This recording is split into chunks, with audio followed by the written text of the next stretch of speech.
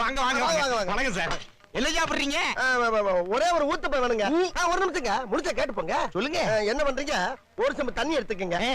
அத தோசைக்கல்ல ஊத்தி அதுக்குன்னு வழக்கமா ஒரு விளக்கமாறு வச்சிருப்பீங்கல்ல? ஆமாங்க. அத அடிப்பக்கமா திருப்பி சரிங்க. வரட்டு வரட்டு வரட்டுன்னு ஒரு 4 இழுப்பு இழுத்து சரிங்க. நல்லா கழுவி விட்டுருங்க. சரிங்க. ஒரு கிண்ண நிறைய மாவு எடுத்து பெரிய ரவுண்டாவும் இல்லாம சின்ன ரவுண்டாவும் இல்லாம சரிங்க. பொதுவா ஒரு ரவுண்ட ஊத்தி 4-5 வெங்காயத்தை போட்டு அள்ளி பொடி பொடி பொடியா நறுக்கி அப்படியே மேலாப்ல பரபர தூவி விட்டு சரிங்க. இட்லி பொடி இருக்கு பாத்தீங்களா?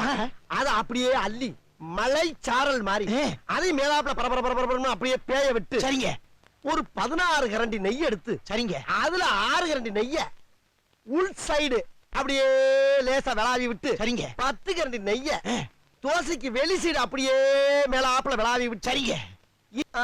பொத்துனாப்ல அப்படி ஒரு பரட்டு இப்படி ஒரு பரட்டு அப்படி பரட்டி விட்டு அப்படியே ரெட்டி கலர்ல முருக முருக முருக முருக விட்டு அழகா மடிச்சு கம கம கமன்னு ஒரு ஊத்தப்பத்தை எடுத்துட்டு வாங்க. சரிங்க.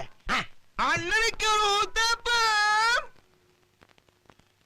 அட பிக்காளிப்பழ 1/2 மணி நேரமா கதையா சொல்லிருக்கேன். அம்பட்டுக்கும் சரிங்க சரிங்கன்ட்டு ஒரே வார்த்தையில ஊத்தப்பம்னு போயிட்டானே. வரட்டும் வாடிங்க. 4ஆம் தரம்